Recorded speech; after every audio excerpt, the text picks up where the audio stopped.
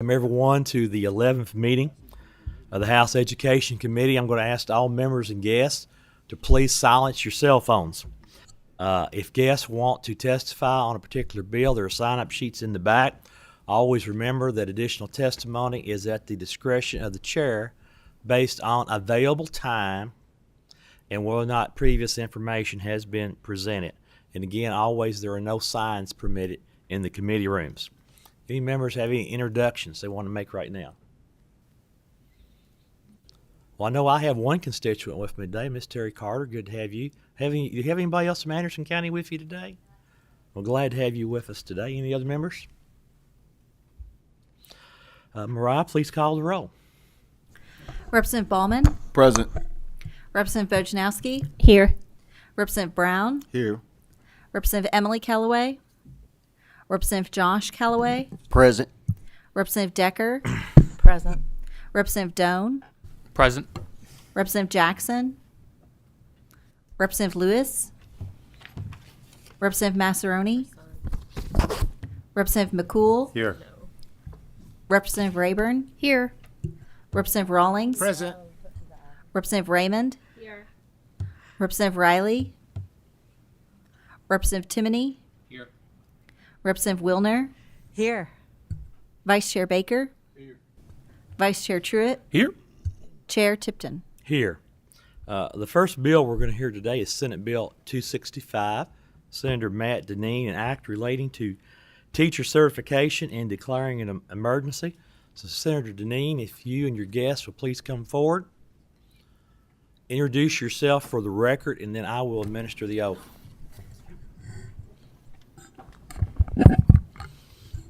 State Senator Matt Deneen, representing District 10. Cassie Trueblood, Counsel for the Education Professional Standards Board. I'm David Young. I'm the CEO at the Central Kentucky Educational Cooperative. Please raise your right hand. Do you solemnly swear or affirm the testimony you're about to give is the truth, the whole truth, and nothing but the truth, so help you God? I do. I do. Senator Deneen, I will mention that there is I want to explain the committee subs. You all were emailed Primary House Sub 1 earlier. However, there was a typo that was found in that sub. So you had, and the Primary House Sub 2 was emailed out earlier today before the system went down. All our emails system is down right now. You have a copy of that sub in and I believe the correction will be it's changing one word from form to formative. Is that correct? Formal to formative. That is Motion on the sub. okay. Now, I also want to explain on the sub. Last week, we heard and passed out House Bill 828 out of this committee. Representative Timoney. We all know how short we are on time. So House Committee sub that is presented is House Bill 828 incorporated into Senate Bill 265. Any other questions on the sub? All those in favor say aye. Aye. All opposed, no. Sub is adopted. Please proceed, Senator Deneen. Thank you, Mr. Chairman. Thank you, committee members, for hearing this bill. Senate Bill 265 addresses option 7 as an alternative certification route. It does focus on those that have bachelor's degrees in a given field of study. Currently, those people may come into the educational setting and they may be under an emergency certification. This bill aligns our emergency certification program with the federal guidelines for emergency certification, but what this bill really does is it provides those individuals that are seasoned in a particular field of study with a provisional teaching certificate, and it enrolls them in an intensive one-year program so that they can work their way towards a professional certification. I've spoken to many principals across the Commonwealth, and as all of you are well aware of the teacher shortage areas that we are Motion in. on the bill. We have a motion and second. Ms. Trueblood, Mr. Young, y'all have any other comments you'd like to add at this time? Just happy to answer any questions. Sure. Okay. I'll ask one question. It's my understanding option 7 traditionally has been a university directed. I'm trying to get my terminology right. It's directed from the university. Is this bill going to change that to expand more I see we've got somebody from co-op here, so that's the reason I'm asking. Is this going to expand the way that option 7 could work for individuals? Well, so in the law, you have to have, in order to have an Option 7 program, you have to have an accredited curriculum. And so it's possible for you to go through the accreditation process as a non-university entity. What we've chosen to do in our program is to partner, for instance, with our special education certification program. We partnered with Campbellsville University. They allowed us to use their syllabi, which are accredited, in order to build the coursework that our students experience. So we do that as a partnership, but you could do it as a non-university entity if you wanted to pursue accreditation. Okay. Representative Bojanowski. I wasn't going to ask a question today, but Senator Deneen, if you could you finish explaining what the changes to option 7? We kind of called for a vote, Sure. but I'd like to hear the balance of your description. Sure. Option 7 is basically when a lot of our schools right now currently have someone that maybe have a bachelor's degree or even a master's degree in a particular area, and they're coming from a professional setting. For example, let's say we have somebody that works at Dow Chemical. We would definitely want that person teaching chemistry to our high school students. They're well overqualified. So this just gives them the ability to enroll in a program to gain that certification and to join our ranks. So I think it's a great deal when it comes to dealing with 300 teachers that are currently enrolled in an Option 7 program across the Commonwealth. And if this does anything like Option 6 did that we worked on last year, we will see these numbers grow and in a good way, I think. So we want to attract as many people into education as we can at this moment.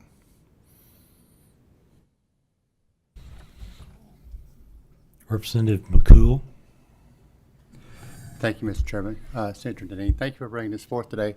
And maybe in there, I'm just kind of scanning through it and see, anytime you become a teacher, not only do you have the subject matter content that you have to be proficient at, but also teaching methodologies. Correct. So is that also, were they having a mentor teacher or? Yes, sir. Okay. They have to be enrolled in an intense program, institute program that deals with that as well. So yes, sir, they would have to go through that intensive program for that entire year. It will not be easy. I promise you that. It is a rigorous program that they have to complete within that year's time. Mr. Could I ask one other question? Please proceed. Thank you. And including classroom management as well. All that's included. That can be, yes, sir. And it also can be addressed in your professional development till you get a double dip there in those people that are coming in. So they definitely need that. And unit plan and lesson plan. Thank you, Senator. And I agree, Mr. Chair, if I could. I agree with you. Certainly, we need to find other avenues that we can bring more teachers in. And they're very knowledgeable in their content, but there also is some need for having the methodology and how to manage the classroom. All that's a very big part of a student learning. So And as a thank you for former including principal, I could not agree with you more. Okay. And I believe that institute takes care of that. that. Thank you very much. Thank you, Mr. Chair. I have a question from Representative Truitt. Thank you, Senator. So, I agree with this bill wholeheartedly. Question is, these people that are currently, so clarify just a little bit, people right now who are pursuing are now going through emergency certification and now having option 7 as a more of an emphasis. It's going to allow them. That's right. As opposed to everybody going emergency certified, because what are the numbers of people right now that are emergency certified in Kentucky? Do you know that? I bet EPSB does. So the numbers that were referenced earlier in regard to emergency certification for special education, next year that is not an option to have emergency in order to comply with federal IDEA regulations. This year there were 290 emergency certificates issued for special education. Of that number, 125 of those individuals are non-certified, meaning they don't hold a certificate in another area. And so they would be eligible to pursue option 6 or option 7 because our temporary provisional certificates do meet IDEA requirements. And so those individuals could go those routes to be able to be certified next year. Thank you very much. You're welcome. Seeing no more questions and having a motion, on Senate Bill 265 as amended by the committee sub. Mariah, please call the roll. Representative Baker? Yes. Representative Ballman? Yes. Representative Bojanowski? Yes. Representative Brown? Yes. Representative Emily Callaway? Representative Josh Callaway? Yes. Representative Decker? Yes. Representative Doan? Representative Jackson? Representative Lewis? Yes. Representative Massaroni? Yes. Representative McCool? Yes. Representative Rayburn? Yes. Representative Rawlings? Yes. Representative Raymond? Representative Riley? Representative Timoney? Yes. Representative Truitt? Yes. Representative Wilner? Yes. Chair Tipton? Chair votes yes.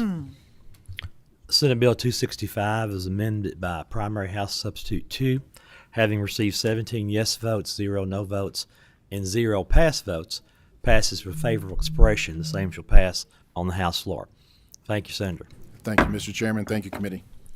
The next item that we're going to hear today is Senate Bill 167, an act relating to public school students' communication skills. Senator Lindsay Titchener. Have any guests with you today, Senator? Unfortunately, I do not. Well, please identify yourself for the record, and I will administer the oath. All right. I'm Senator Lindsay Titchener, District 6.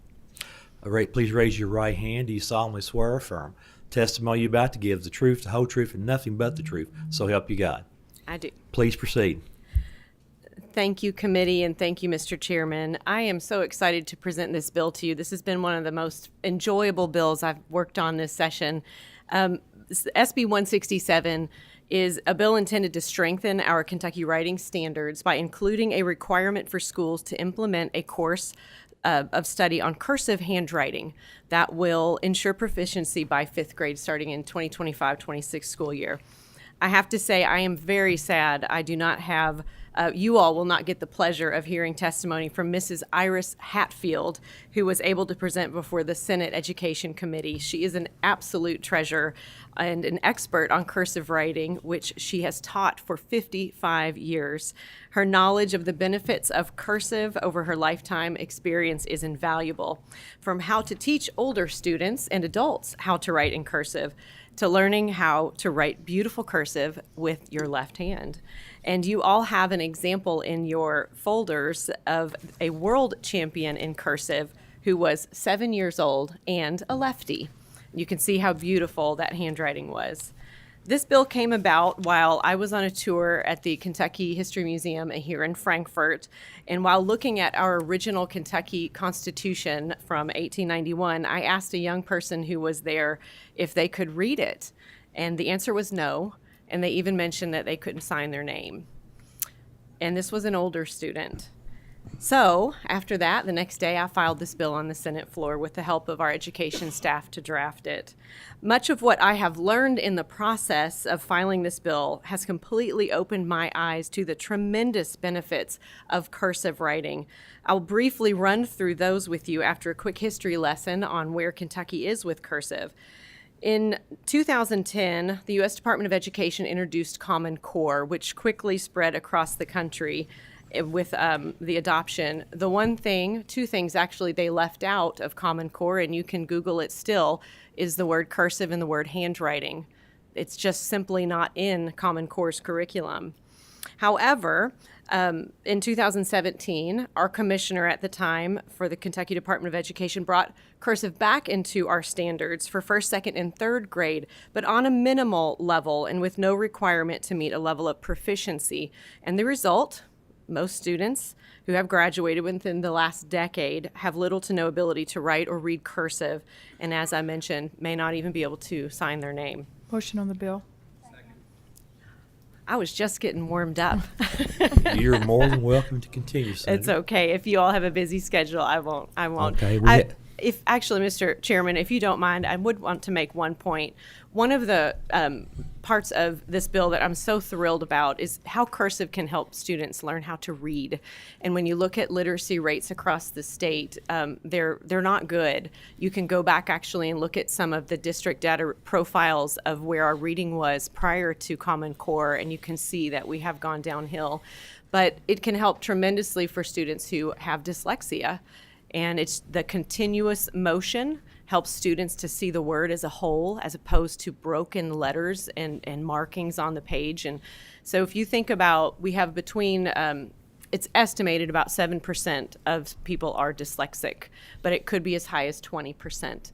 So if we can help those students within our public school system learn how to read, that's between 40,000 and 125,000 students who could be assisted in learning how to read just by reintroducing cursive. So I'm thrilled about it. I've had so much positive feedback from this. Every grandma out there who sends a birthday card is going to be so happy that their grandkids can read their birthday cards. So thank you. We do have some questions. First, Representative Bojanowski. Yes, thank you. So you mentioned proficiency by fifth grade. How will proficiency by fifth grade be measured? Yes, thank you for bringing that up. I spoke with our commissioner at the KDE, along with Mickey Ray, who's a great advocate for literacy at our Department of Education. This would be measured and determined by the local level. So the site-based councils would come up with what that determination is. We won't have a statewide standard for proficiency. I have a question from Representative Wilner.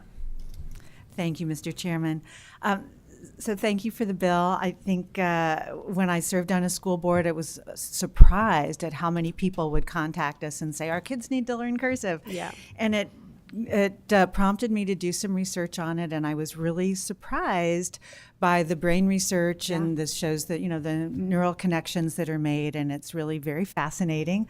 But here's my concern, that teachers, and this was from an article from Education Week, overwhelmingly do not feel that they have the skills to teach cursive. And so I feel like there's a gap here between requiring this and then what our teachers can currently do. We know we have a teacher shortage. This is one more thing to put on teachers that they're not even trained to know how to do. So that's really my only hesitation about this bill. And so do you have any thoughts about how we make this not be a burden for our teachers? No, I appreciate that so much. And obviously we don't want to overburden our teachers, and they already have so much on their plate. My opinion, and I'm sure you'd agree after looking at the research, this is fundamental for learning. It's one of those basics of reading, writing, and arithmetic. So how we incorporate that and how we incorporate teachers, sadly, that maybe don't know cursive either. They may have graduated through a system that they weren't taught as well. There are a lot of online programs that can help assist in that. And there's also so many workbooks and just printouts that you can do. I taught my daughter how to do cursive when we were homeschooling, and it just was as simple as printing papers off that, helped her see those letters and form those across the line, the dotted letters, how we all did. I think we'll have to look at, and maybe on the local level, they'll look at what extra burdens that might be on a teacher that can be shrunk back, so we increase a little more effort and a little more time in the classroom towards writing. But I think that will need to be done at the local level. Please proceed. Have you spoken with any teacher groups, and do any have a position on this bill? Well, I brought it up. I haven't had a lot of teachers reach out with your concern, although I'm sure it is a valid concern. I had a group from the Reading Recovery in my district came and saw me, and I told them about my bill, and they hooped and hollered. They were so excited about cursive coming back. So a lot of support more than anything, and I think as they move forward with this, they'll adapt and be able to incorporate this hopefully, and we'll have some success in it. Thank you. Next is Vice Chair Truitt. Thank you, Senator. In your research or in your studies, how did you see anything about the time frame, or how many hours, or how to become proficient in cursive writing? Is there like a time frame, or is there something? Did you see any studies on that? Like how many hours a day they must practice, or anything like that? I think it's a lot simpler than that. I think it's a number of minutes a day, between 10 and 20 minutes a day, if I recall, when I was when my wonderful expert was with me when we testified in committee. It's not a ton, it's not a lot, and a lot of it can be done at home. And what's interesting, when kids are learning this, and this probably wasn't the case when we were growing up, but older kids who are going back to learning cursive, it's something fun to learn how to do. And so sometimes they just are going to go home and practice and develop their own little creativity and their individuality through how they write, and their little personalities show up in their cursive too, and that can be fun. Follow up. I don't like being a negative Nelly at all. I don't. That's not my personality. And I'm trying to think about this, and I did in school today. I did 3 observations before I came up here, and in those those classrooms, the way that we live now, the world it's technology. In every one of those classrooms, the students were doing some type of online activity, and whether you like that or not, that's kind of the way we're going. So cursive writing, I can sign my name, I don't know if I would be qualified to teach cursive, probably not. I know I would, if you gave me a test right now to try to do the Z or the Q in cursive, I'm sure I would fail that miserably right now. But I think it's a great idea.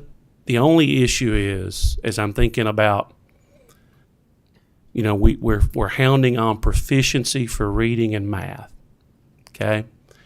And, I've heard so many times in this committee about how low our proficiency in reading and math is in Kentucky. And I know that right now our teachers are teaching as hard as they can, bell to bell, to try to get that proficiency in reading and math. I wonder about, and I understand the study about it may improve, and I hope it does improve dyslexia. I want to kind of people to understand that the way we live now, a lot of kids are doing things on the computer. Accountability is all on the computer now. There is no more writing, like on-demand writing is all done on a computer. It's typed out. So I almost think that typing in the world we live would be more important than the cursive writing. So I urge people to kind of think about it. I think it's a great idea. I'm not going to vote against it. I think it's good. And I'm glad that the accountability is handled at the local level, which I think where a lot of our accountability should be handled. So I really like that idea. I urge people to kind of think about the time frame on this. How much emphasis are we going to put into it? If we're trying to teach 3rd grade reading and 3rd grade math, and that's my only question I have for it. But I think it's a good idea, and thank you for bringing it.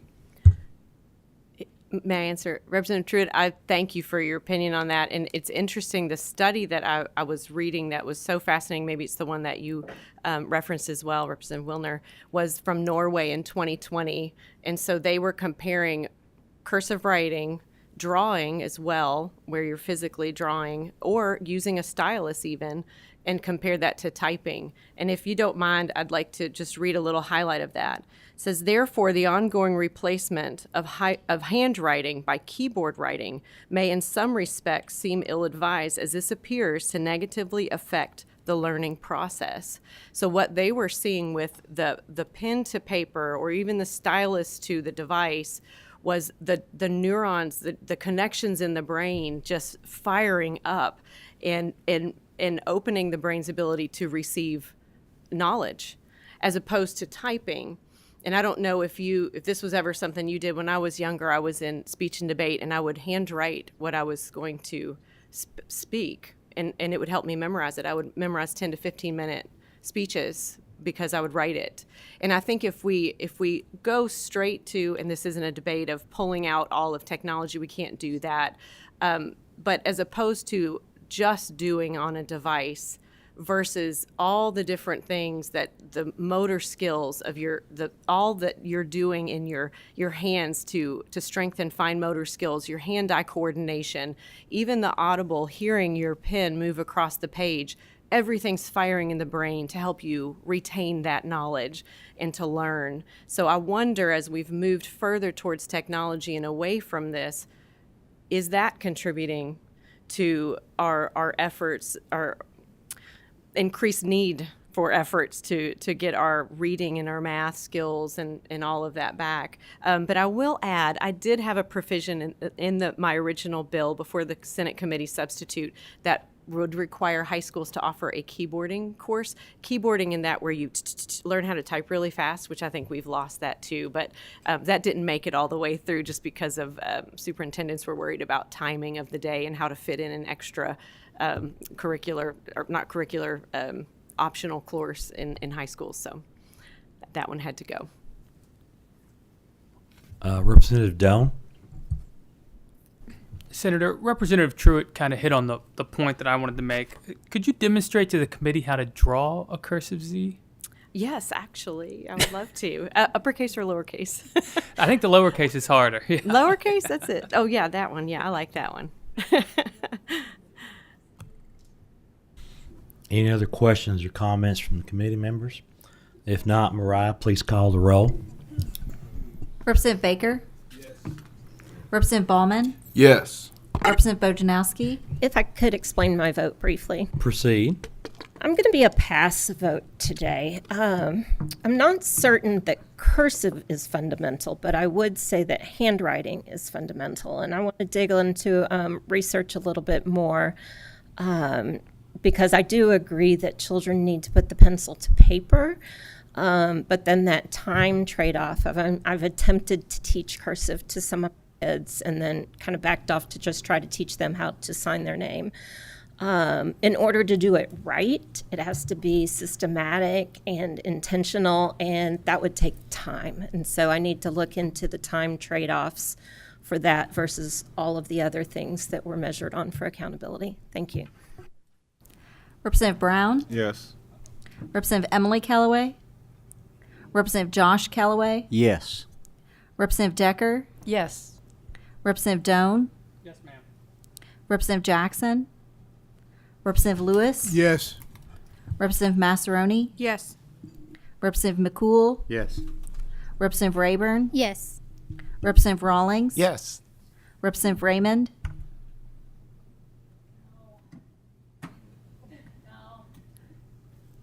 Representative Riley? Representative Timoney? Explain my vote. Proceed. Thank you, Chairman.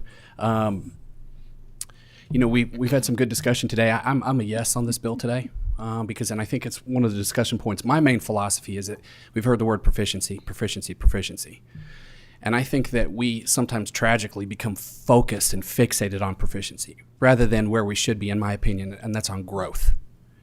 If we were growing the heck out of kids, proficiency takes care of itself. And I think we have to use brain research. I think we have to think outside the box with things. I don't think necessarily that the electronic interfaces are the future because we're dealing with humans. We're not dealing with machines that can scan text and whatever. We need to be we need to be doing these types of things and using science to push it forward. So thank you for bringing this forward, and I'm excited about this. My two sons practice it all the time. It makes them feel grown up. It makes them understand what they're writing more rather than just grouping letters together. They know what they're doing, so there's a process involved. So I'm very happy about this. Thank you. Representative Truitt? Yes. Representative Wilner? Briefly explain. Proceed. Thank you. I'm a yes today. I'm still, a little conflicted between the extra burden on teachers, but, having not heard from any teachers or any teacher groups objecting to this, I'm going to side with the brain science and be a resounding yes. Chair Tipton? The chair votes yes. The Senate Bill 167, having received 15 yes votes, 1 no vote, and 1 pass vote, passes for favorable expression. The same shall pass on the House floor. Thank you, Senator. We are going to pass over Senate Joint Resolution 170 today. Senator Givens is tied up in leadership meetings, and hopefully we will hear that next week. I have no plans for any special meetings, so it is my plan right now that we will meet next Tuesday morning at our regular All right, Representative Timoney.